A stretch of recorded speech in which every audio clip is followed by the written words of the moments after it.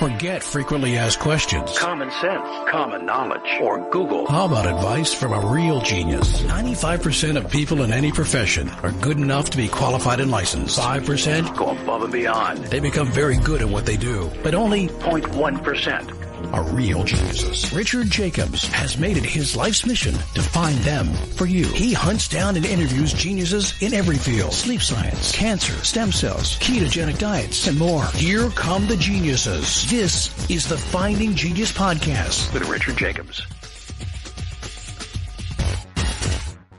Before we begin, a note from our sponsor. I'm Richard Jacobs, Executive Director of the nonprofit Finding Genius Foundation and host of the Finding Genius Podcast. In late 2016, I was rear-ended at 65 miles an hour by a truck on the highway, which sent me off-road into a ditch. The impact of the collision gave me a concussion and other injuries. At the hospital, a CT scan showed that I had thyroid nodules, which turned out to be cancer. It was then, when I had a biopsy of my neck, that I realized even if I was a millionaire, I wouldn't want a second or a third biopsy due to the pain and the invasiveness of it. And appointments at that time for thyroid experts were 3 to 6 months out. And I was worried about dying now, even if that was irrational. So because of this, I've decided to raise money to conduct a literature review on steroids, on the causes of anxiety and depression, a condition that affects well over 50 million people in the United States and hundreds of millions worldwide. Our goal is to create a codex, a guide that reveals all possible treatments for anxiety and depression for people that live with the condition, or for loved ones that have it, as my wife and my son do. To find out more about our fundraiser, visit findinggeniusfoundation.org and click on Current Initiatives. And now, to our guest. Hello, this is Richard Jacobs with the Finding Genius Podcast, now part of the Finding Genius Foundation. I have Dr. Randy Paterson. He's the clinic director of Changeways, and we're going to talk about his work. He has a topic called How to Be Miserable in Your 20s, which is kind of a funny topic, but that's what we'll go with. So, Randy, thank you for coming. Well, thanks for having me, Richard. Yeah, you do have a little bit of a baby face, but you're not in your 20s, as far as I can tell. But why write this book about people being miserable in their 20s and what to do about it? Well, I've been doing psychotherapy for over 30 years now. I think it's 37 years when last I checked. And so, yes, I'm not in my 20s. And for much of that time, I've noticed a subset of my population is young people, predominantly males, who are having difficulty achieving adult independence. And so this is the population that people often refer to as failure to launch, or in Japan, the term is hikikomori, or in UK, it's NEET, not in education, employment, or training.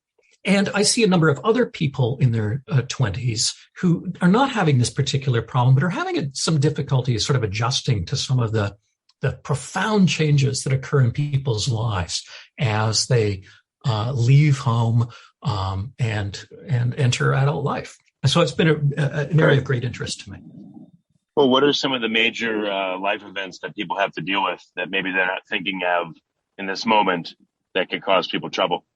Well, one is, of course, leaving home and having the skills to be able to do that. How do you make food for yourself? How do you do your own laundry? How do you clean up your own place? How are you financially responsible enough to retain the amount of money you need for rent at the end of each month? So that's one, finding employment. And how do you do that in a world that tells you that good employment is being the head of a tech company that's making $500 million a year? Probably not attainable for most people. So there's a wide variety of challenges at this time that get in people's way. What age does this start to manifest? Is it 18 and over? Or is this like a cohort of people that are like in their mid-20s and they've kind of put off this stuff by living at home and now they want to leave? Like, what does the group look like? We tend not to think of it as, failure to launch, or what I prefer to call it, delayed transition to adulthood, because it is a delay. It's not a failure. It's not, game over. We tend not to think of it until, 18, 19, 20, because we don't really expect 18-year-olds to be fully employed, out of the house, fully capable, that kind of thing. However, if we are talking to these people, what it turns out is that there's been a history of challenges with independence long before the age of 20. So these are often anxious kids who have school refusal problems, and often kids who have been subjected to bullying and so on. But when we're thinking about the population, generally, 18 and up through the 20s, sometimes through the 30s. I have seen people in their mid-40s. Again, what happens? Kid is 18, 19, 20 or 21, 22? Like, when does this start to become apparent, both to the parent and the kid, that, they're not moving on, they're not progressing? Yeah, well, everybody has different ideas about what's normal. Is it normal for an 18-year-old to go off, find their own apartment, be fully employed or full-time in university or whatever? A lot of parents would say, it seems a little early to me. I don't know. Often the parent has, one idea and the young adult has another idea. But generally speaking, it's, the person is into their 20s, the most common scenario, and they're not in work. So they're not employed, or they're grossly underemployed given either their talents or their intelligence. And they're not in educational settings either. So this is not somebody who's going to university. Kid is going to university. They're staying at home to save money with mom and dad. Fine, whatever. But they're not employed, not in training for anything. And really not much is going on in their lives. Typically, almost uniformly, there's not much going on socially either. They're not, saving up money and going out partying with their friends all day. That's not occurring. They're typically in the basement online, and that's about it. There's really not much going on in the person's life. Maybe they're gaming 40, 50 hours a week, that kind of thing. Well, between men and women, what are the differences in this when they're in this state? Well, the interesting thing about this is that if you look at different cultures, it turns out that this is something that's been identified in cultures all over the world. And because there's no common terminology and because it doesn't appear in the Diagnostic and Statistical Manual, the DSM, the literatures are pretty scanty to begin with, but they're pretty independent. So I see people writing about Japan, for example, saying, why is this a quintessentially Japanese problem? And anybody who's looked at the cross-cultural literature is saying, it isn't, right? You're making it up. But what all cultures agree on is that this is a problem that's more common in males than females, and it's hard to get a firm grasp on the numbers, but it's somewhere between 60 and 80% male. Why is that? Short answer to that is nobody knows. The longer answer is gaming seems to be more attractive for males.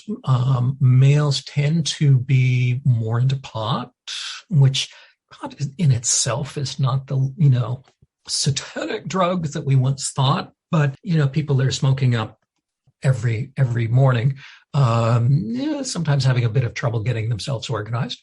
And I think that young males are given some very unrealistic ideas about what adulthood should be. You should be the vice president of a tech startup again, or, you have to have this kind of a car and so on. And I think young women are really not raised with these ideas to quite the same extent.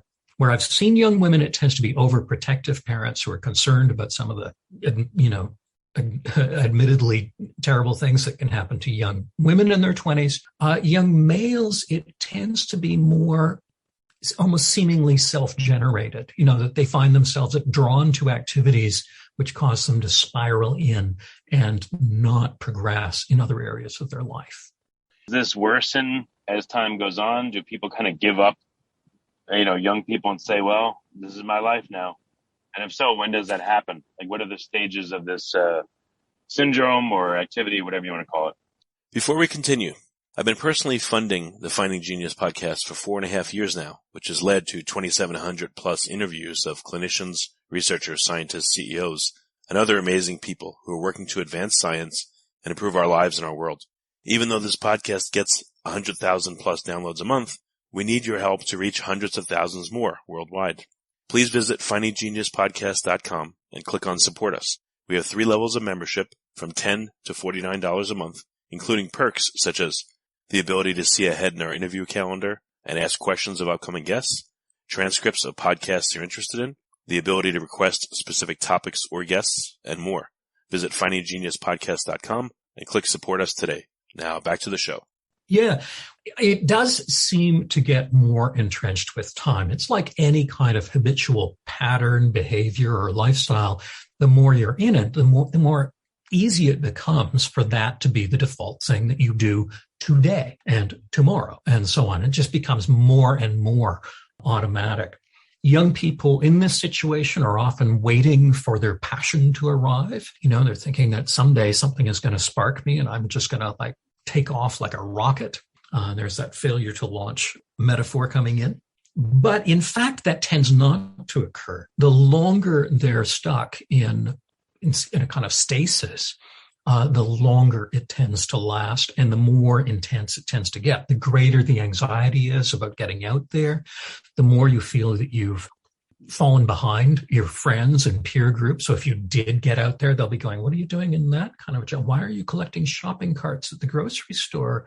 The rest of us are, in law school or something like that. And so it'll be embarrassing and humiliating. So it does tend to get more entrenched as the person falls further and further behind their peer group. So what are some of the strategies to help these people? Do they feel like they need help, or is it the parents saying help get them out of the house? Where does the request for help come from? Yes. Very often the typical thing that we experience and that other clinicians dealing with the population experience is that it's the parents who call first saying, oh my gosh, we've got a problem here.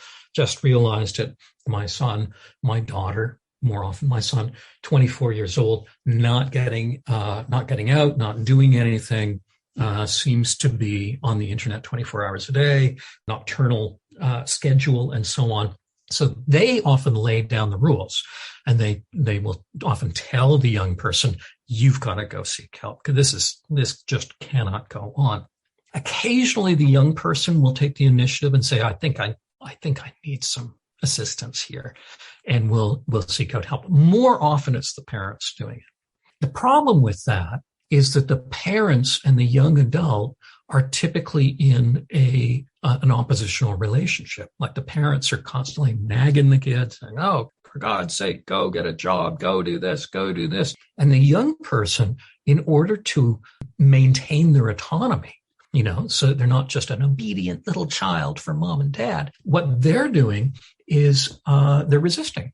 Right? The only way to retain your autonomy is to resist. So we wind up with a very strange dynamic with these individuals, in that in order to be an independent person, they have to retain the lifestyle of an adolescent. And so the whole system kind of gets locked. The danger for a therapist walking in there is that we're the agent of the parents trying to control the young person even more. And so obviously the young person is going to resist us as well.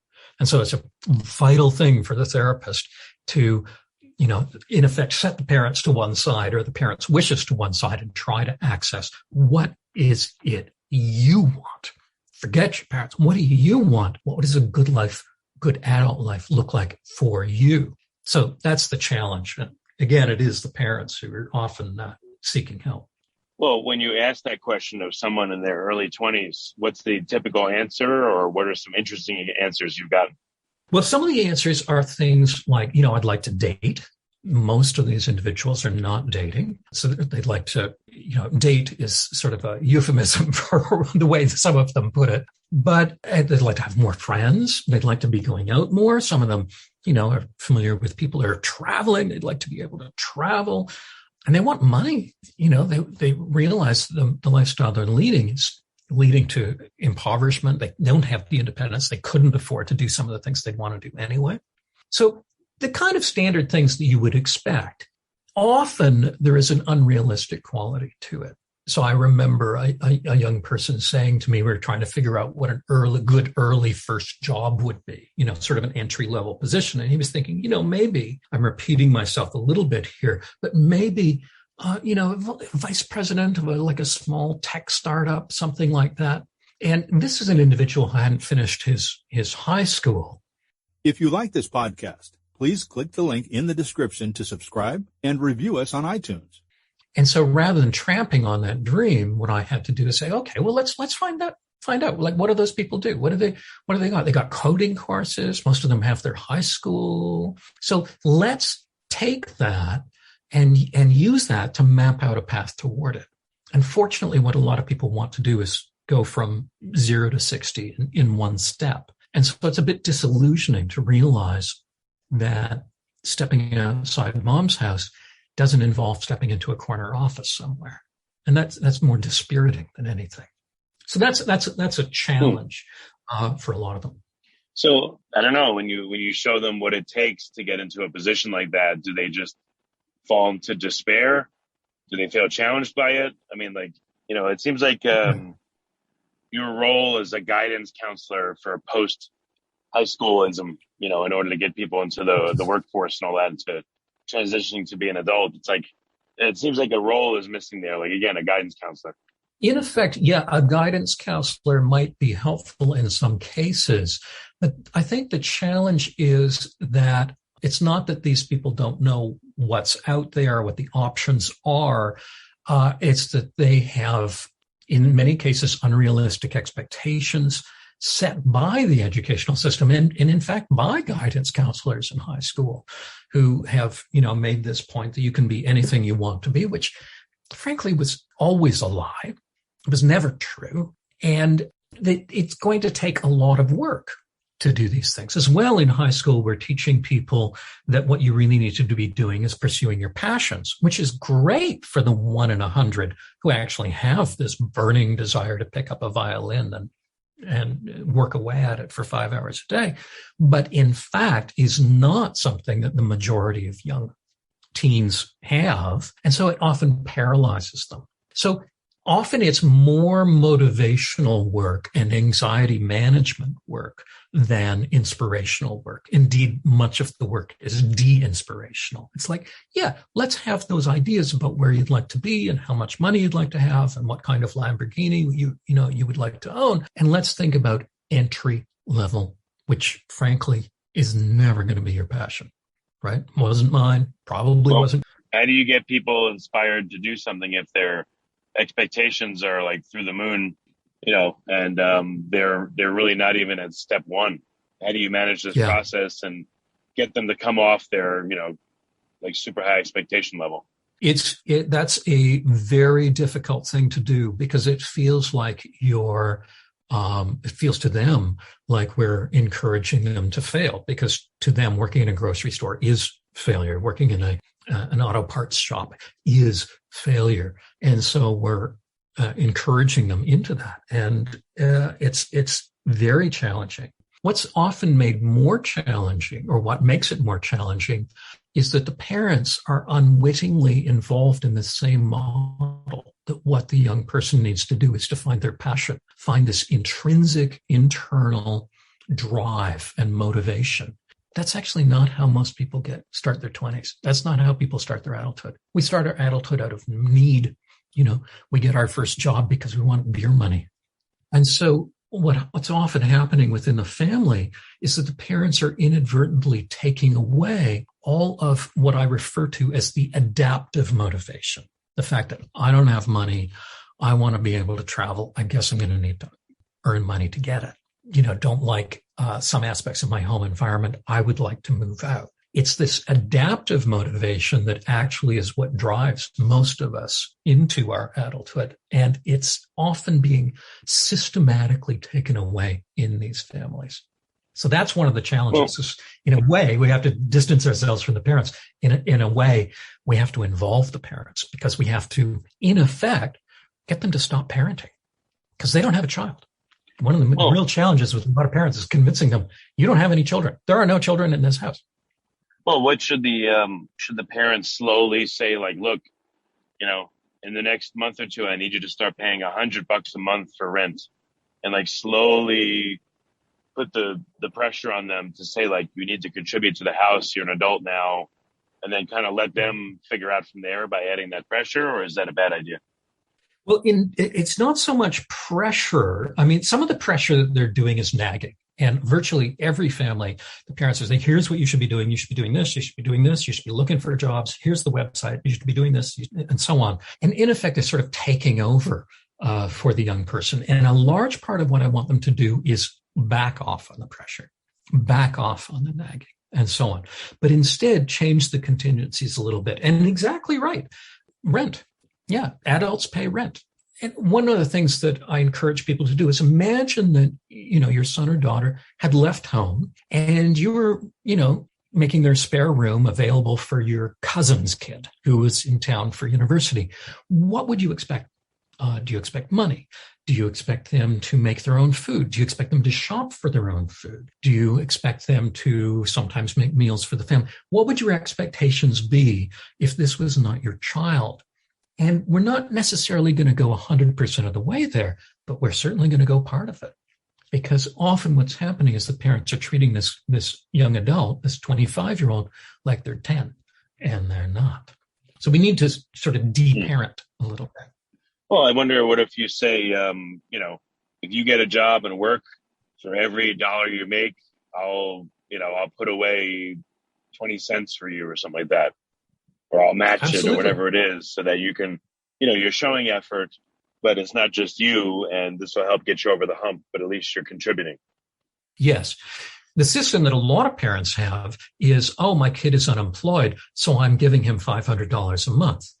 If you get a job, then I take away the $500 a month. Well, you're putting your finger on the scale, but you're putting finger on the wrong side, right? You're giving it a $500 a month disincentive to this person going off and getting a job. And in fact, that kind of incentive is exactly the kind of thing that I would advocate in some families is, the young person is saying, but that job only makes me, $14 a month. Or a month, $14 an hour. That's never going to get me where I want to be. You can subsidize. You can say, I will. You show me your paycheck, and I will give you 25% more, or I will put this away for you. What some parents do is they charge rent, and all that rent is not going into general revenues. It's going into something that will go for the young person. It goes to their educational fund or down payment fund or something like that. But it is a responsibility of the young person to contribute, both financially, but also in terms of effort. A lot of these families, a lot of these homes, the young person, they don't mow the lawn, they don't paint the bathroom, they don't clean up, they don't scrub the toilets, they don't do the dishes, they don't do any of this stuff. And in reality, they don't have parents. They've got staff. It's like Downton Abbey in some of these homes. I probably know the answer, but at what age should you start shifting some of the responsibility onto your child? 15, 16, 5. 18? When's good? 5. By the time they come to see me, I don't deal with small children. But and here's this childless person telling you this. But I really think that the function of parenting, or there's a dual function of parenting. One is keep the kids safe, and the other one is prepare them for your death. Those are the two main jobs of parenting. In other words, nurture them and prepare them for independent life. And the way we do that is we gradually back up. Toilet training is a part of this process, right? It's like, no, I'm not going to wipe your butt. No, we're not going to diaper you. You're going to use the potty, and you're going to wipe your own butt. And then gradually it moves from there. I think what often happens in families is that people get to, their young adult is now 20.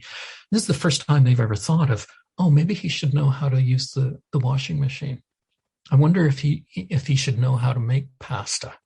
It's like, we're doing a lot of catch up by then.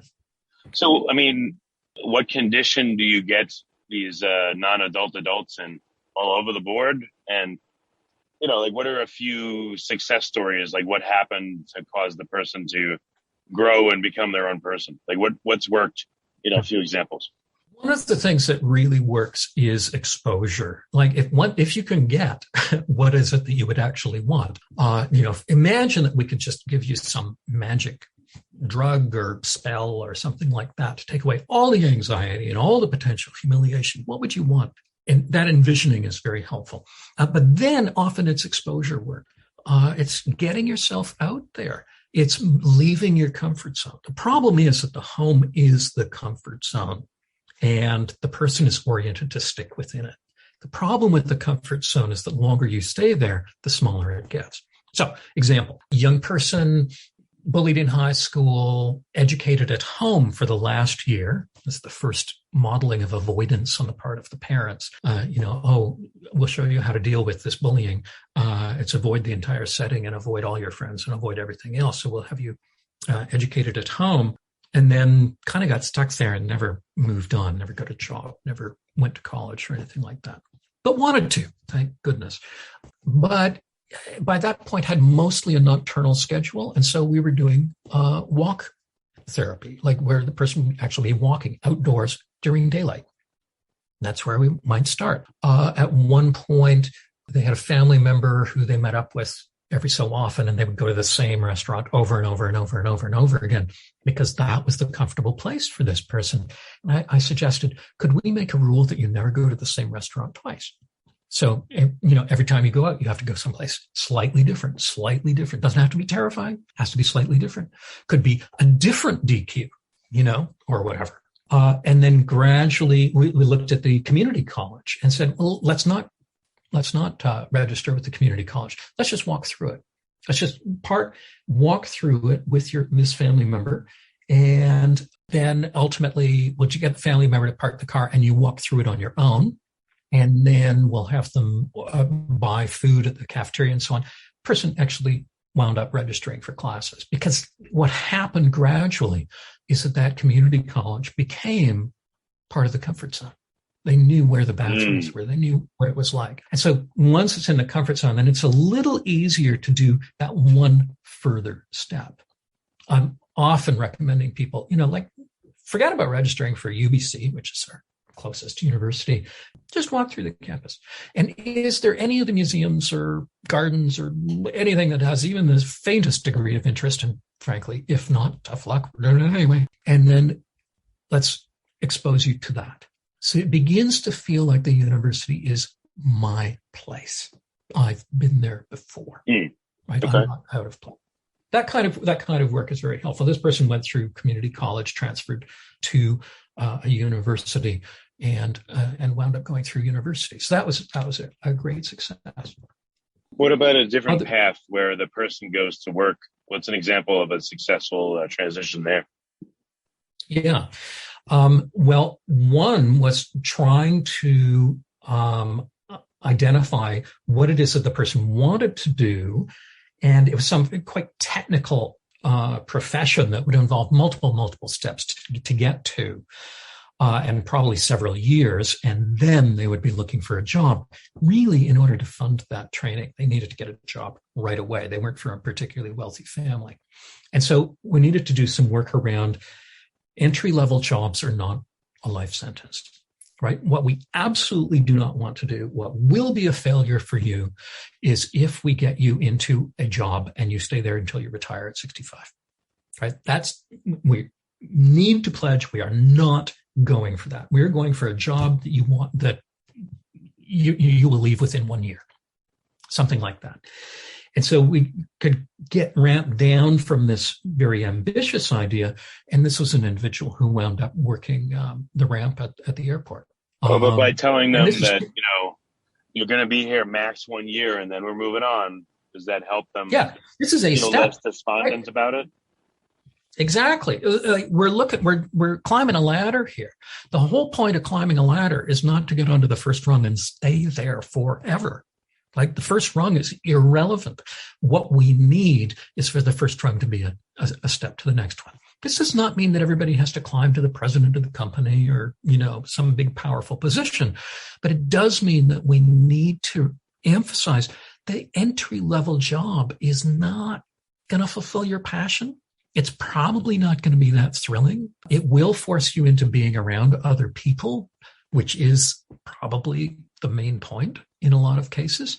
And that's going to be quite helpful. Entry-level jobs do a vast amount for people, but they don't look like they're going to. So we don't try to convince them in advance. We just want this job for a period of time, just to get some income and something onto your Vita.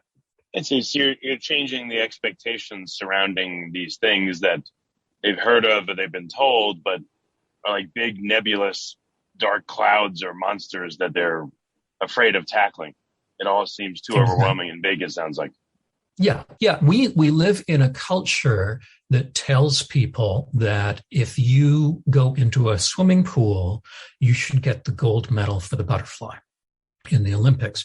And, you need to become this billionaire or, $20 million a year influencer or something like that. And that is paralyzing for people because they're intelligent, because they realize that ain't never going to happen. So why would I start? If that's the only outcome that we're going for, why would I start? So we need to get rid of that and say, what if it was just about being in the pool long enough that you could climb back out if you fell in kayaking or something, right? That's it. That's all we're going for.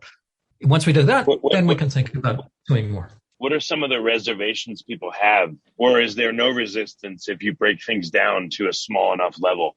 Like, what do you observe they respond with when you propose these little bite-sized experiences?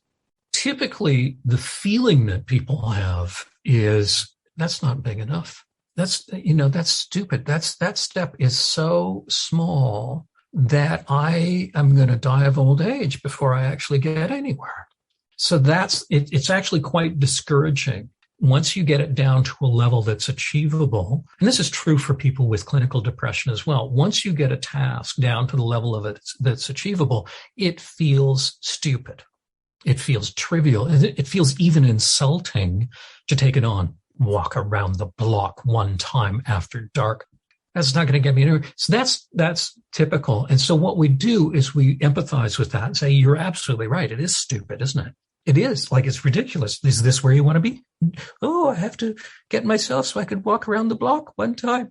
No, this is not what you want. That's why we're not going to be satisfied with that. We're not going to stop there. This is only a starting point. But, if you're going around thinking this is too weenie, that's fine. That's fine. That's allowed. Let that feeling in. Let that feeling of dissatisfaction in. And if you feel angry about it, good. Be angry. The anger will drive you further. Okay. Yeah. So they need to accept it. But do you tell them, like, okay, the first step may seem painfully slow and small, but as you go and you get momentum, you're going to have bigger steps and bigger leaps, and it will be satisfying and it will be thrilling and it will be accomplishment. Do you also future pace it and tell them that?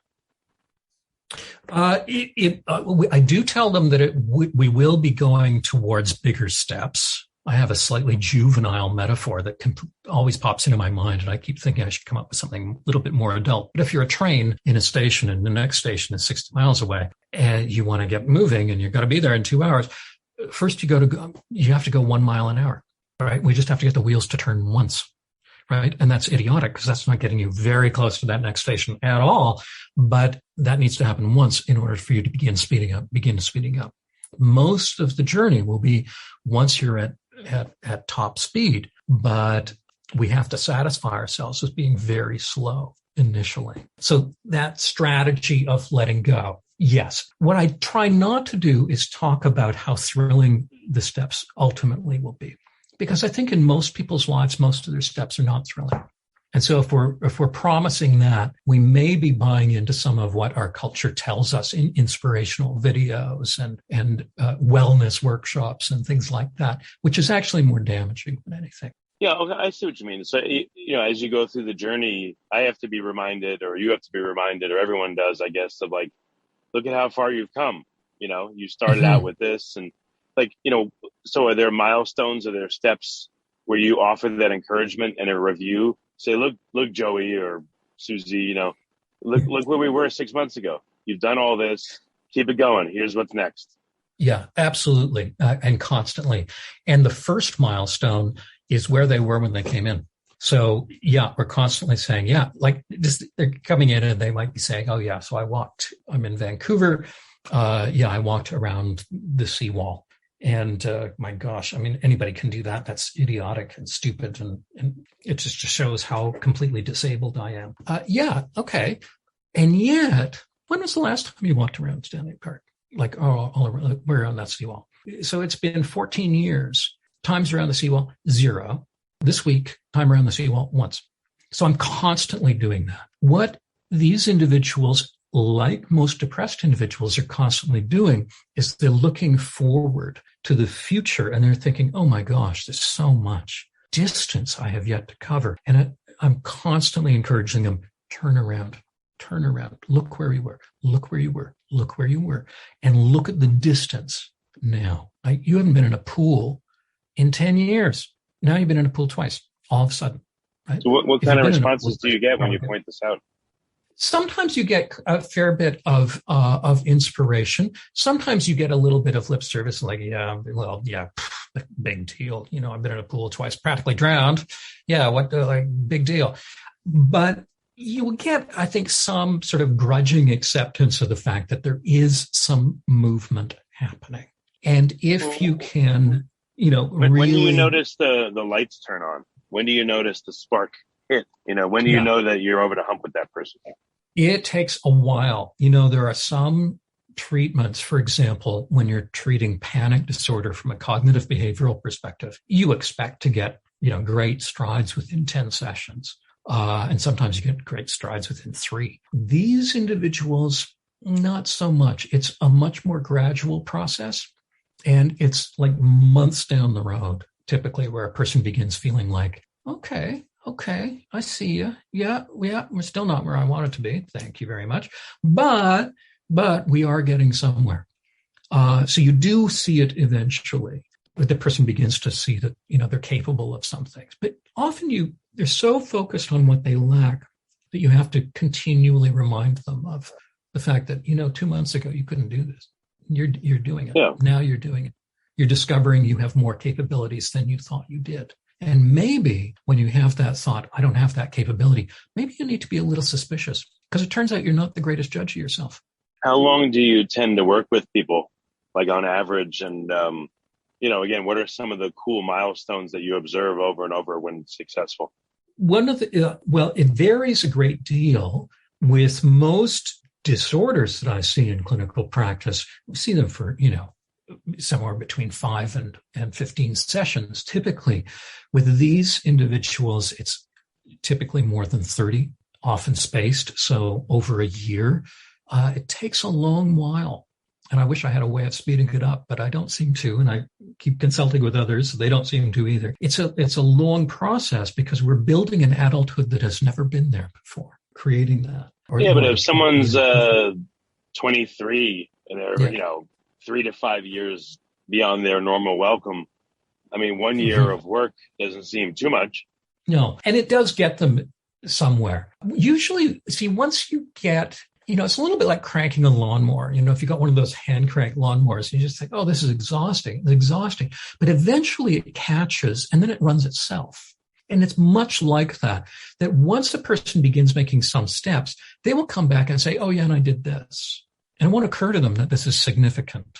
Oh, yeah, so I did the bus like you were talking to me about. Okay, so I rode my 5 stops to someplace I didn't even want to be, right? And then I walked home feeling like an idiot. Anyway, so then I went to the shopping mall. And you're like, what? Wait, what? Huh? Hang on. What? We didn't talk anything about the shopping mall. Stuff begins happening by itself. And that's when you begin realizing, oh, something's going on here. What do you mean you went camping? You went camping? Things are happening without a plan. And that's often a great sign. So things like I'm dating. I met this young man, woman, whatever. I applied for 4 jobs. Wait a minute. The plan was apply for one that you didn't actually want to get, right? That was the plan. What do you mean you applied for 4? They get a job, which disproves the idea that nobody will ever hire you under any circumstances. So these kinds of things gradually begin to accrue in the person's life and gives them a sense of momentum, especially when the therapist points them out and reminds them, that was not the plan. We didn't think we would be here by now. So that's it. Very helpful. I think it was a tremendous move for this young man who got a job at the airport. Unbelievable. He didn't think he would ever be employed. Part of what, his great ambitions had to do with the fact that because it's not real, the fantasy has to be bigger than the reality, right? In order to charge himself up, he needed a really big fantasy because it wasn't actually real. He wasn't that imaginative, like you can't convince yourself that this is true. You actually get a real job that is much more modest in scope because it's real, it's more powerful. And so that's when people begin realizing, oh, wait a minute, I can actually do stuff. I actually finished a course. What do you know? So is there something that your patients say where you go, yes, maybe you don't tell them, like, is there a moment where you know that they've graduated, essentially? Graduated is tricky. Typically, they will come up with that, or we will taper our sessions, and then eventually say, you're going to University of Montreal. That's wonderful. Congratulations. Let's do a last session or two and tail this off. Or you have a sense that why don't we give it a couple of months and then we'll meet again. So that kind of, it tends to be that sort of gradual tapering effect. What I am really looking for are those instances where the person comes through the door and says, oh, I did this. I know this isn't really our topic, but I did this, referencing back, I went camping with friends, or I did this. Those kinds of things that are happening without planning, that really tells me that something is happening here.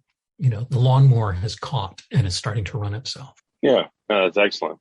Do you have like alumni, I guess I'm just calling them that come back to you years later for other issues or to say thank you? Or, do you have patients? Yes. What happens there? Yeah, I think of a young man that I saw a while ago who writes me every so often from university where he appears to be doing very, very well. Actually, I think his last one was about having graduated and is now in a business, in a successful position. So that kind of thing. People do write back. I've always thought, never done it, but I've always thought that it would be lovely to get them in as co-therapists, and have groups. Never been able to run a group with these guys. But if I could run a group, I think that would be lovely. And bringing in alumni, there's always these confidentiality concerns and so on. But if you could do that, I think it would be very inspiring for people. So that kind of thing. Are you trying to make like a big brother, big sister program where they come back to help the alumni? I'm not trying to do that. I would love to do that. I don't think it's ever going to happen because often they scatter across the country. But what I would like actually is the opportunity to pair people up because one of them is terrified of transit and the other one can't go to social events or can't go to movies and so on. And so you can pair them up that way. So not so much a mentorship idea, but a peer support idea, I think would be very helpful. But I can't say that it is because I haven't actually pulled it together to do that. But I would love to. Well, what are your books about? What are the focus of those? Is it exactly what we've been talking about, or what do they cover? Much of it, yes. Well, where a lot of my work comes from is from years ago when I was the director of a prevention of rehospitalization program for people who've been hospitalized with major depression, like very severe depression, about 2/3 that had a fairly significant suicide attempt that precipitated their inpatient admission. They get discharged, and the unit that we were working with realized they had about a 30% readmit rate within 6 months. So about 3 out of 10 back into hospital again within 6 months. That was too high. And so our plan was to train them in some self-management skills, goal setting, sleep hygiene, exercise, that kind of thing, and prevent them from coming back to hospital and ideally improve in their state. Because nobody is discharged from hospital from clinical depression without clinical depression. They still have it at that point. Inpatient stay for depression is not really curative. So that was the plan. And I started doing something. I thought, oh my gosh, these people have been through so much. If I say, oh my gosh, cognitive behavior therapy is so wonderful, it's going to fix you right up, I was going to get shot down in a big hurry. And so I started saying, what if for some bizarre reason, let's imagine $10 million. You get $10 million. If next Thursday you're going to be more depressed than you are now, what would you do? What are some of the things that might help you become worse? Because you have all been trying to get better. You've all been trying to get better, and you're frustrated by how, how difficult that is. Let's try something easier. Let's try and get worse. What would we do? People would come up with all kinds of things. And then I could ask, how many of these things are you already doing? And then shocked silence overtakes the room where people realize, wait a minute, I am living my life right now as if it was my mission to feel worse. It isn't. I'm That's not deliberately making myself, but I am. What are some critical behaviors that that people are doing and they don't even know they're doing that'll make them worse? Well, I'll give you the ones that other people say, because I do public talks on this, and I hand out papers and I say, before we do anything, write in 3 things. What would you do to win the $10 million? And so general population, I would not exercise. I would randomize my sleep schedule. So I was, maybe nocturnal schedule, or maybe random, like, one night, 7 p.m., next night, 3 a.m, whatever. Good strategy, by the way, to make yourself feel worse. Eat crap food, maximize my screen time, surf randomly on the internet, as much of the time as I possibly can, review all of my failings in life. Anytime I sit down and I have a moment to myself, really think, okay, what have I failed at? What have I not done? Not do any of the things that are important to me. So know what my values are, but not put that into behavior in any way. And isolate myself socially. Lousy exercise, lousy sleep, and no socialization are almost always the top 3. But people have an infinite variety. It sounds like the CDC, took your suggestion seriously in terms of recommendations over the past 18 months. But yeah, just joking. Well, out of that came, ultimately, after many years, came my book, How to Be Miserable, 40 Strategies You Already Use. And then that became quite successful. And a guy contacted me at one point and said, I want to, take a couple of the ideas and put them on the web, on a YouTube thing. And I said, oh, yeah, well, sure, whatever, go for it. But mention the book at least, and I didn't think anything more of it. But then I noticed the sales of the book suddenly shot through the roof. Turns out the guy was CGP Grey, who is, one of the most popular YouTubers out there. He'd done this video. It was millions of people saw this thing. And then they realized most of these young people most of the people viewing this thing are quite young. So how would you like to do a sequel? How to Be Miserable in Your 20s, 40 Strategies to Fail at Adulting. And that's where the second book. What about, we talked a bit about a big brother, big sister program. You don't think it's going to happen. But what about you interviewing your successful patients that have moved on and made a life for themselves and then making that into a book? Actual stories from people that have gone from, despair to success. It's a good idea. And there are people out there writing books on failure to launch and incorporating the stories from their clinical practice. It would be great to have a sort of a compilation of first person stories about, I was in this situation and here's how I came out of it. I've got so many book projects on the go at the moment that I suspect I'm probably not the author of. Lately, I've been doing the second edition of the Assertiveness Workbook. So that's my current obsession. And then there are a couple other projects lined up behind that. Yeah, Randy, it's great. I really appreciate what you do, even though I haven't used your services. But I think it's like a huge help. I would say just as a regular, I have teenage kids, so I'm not there yet. But I would guess that a lot of lay people think of someone that's 23 or 25 at home as like, oh, they're a loser, and what the hell is wrong with people their age, and what's wrong with 20-somethings, et cetera. But you're providing help and insight, so I really appreciate you coming on and discussing all this stuff and shedding light.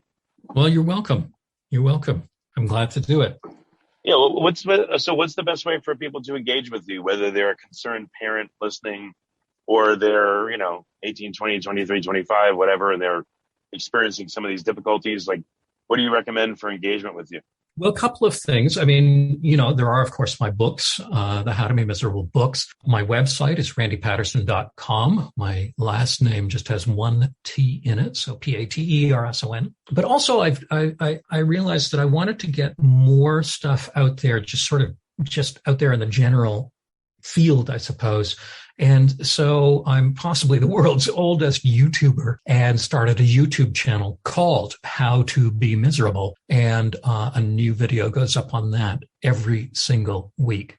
And about half of them are on the how to be miserable topic. Others are on symptoms of depression, how we deal with anxiety disorders, that kind of thing.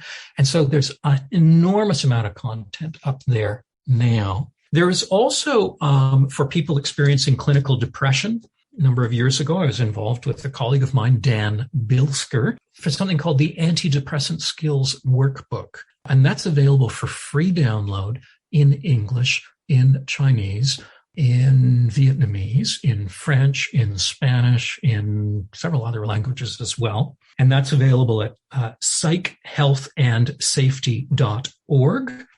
So people can download that for free. It was designed as a thing to help people who are depressed and seeing their physicians. So it was basically originally a thing that physicians would say, hey, go to this website, get this thing, and then we'll talk about it.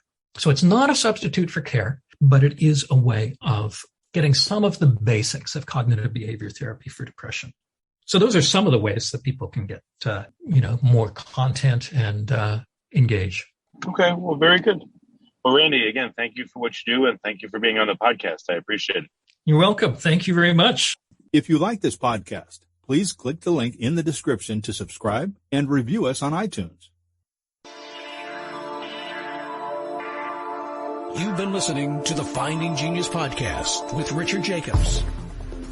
If you like what you hear, be sure to review and subscribe to the Finding Genius podcast on iTunes or wherever you listen to podcasts. And want to be smarter than everybody else? Become a premium member at findinggeniuspodcast.com. This podcast is for information only. No advice of any kind is being given. Any action you take or don't take as a result of listening is your sole responsibility. Consult professionals when advice is needed.